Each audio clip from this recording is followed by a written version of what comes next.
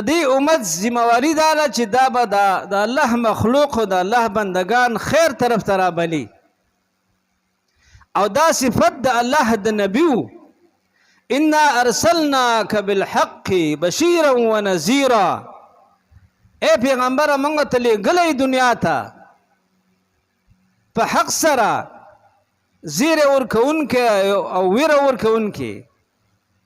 وداعیا الى الله باذنه وسراجا منيرا الله طرف ته خلق را بلل د پیغمبر کارو او قرآن کریم کې الله رب العزت فرمای ومن احسن قولا ممن دعا الى الله دا چانا د چا خبره خسته ده چې هغه خلق د الله طرف ته را بلی دا الله دین ته خلق را بلی دا الله حکمونو ته خلق را بلی د نبی صلی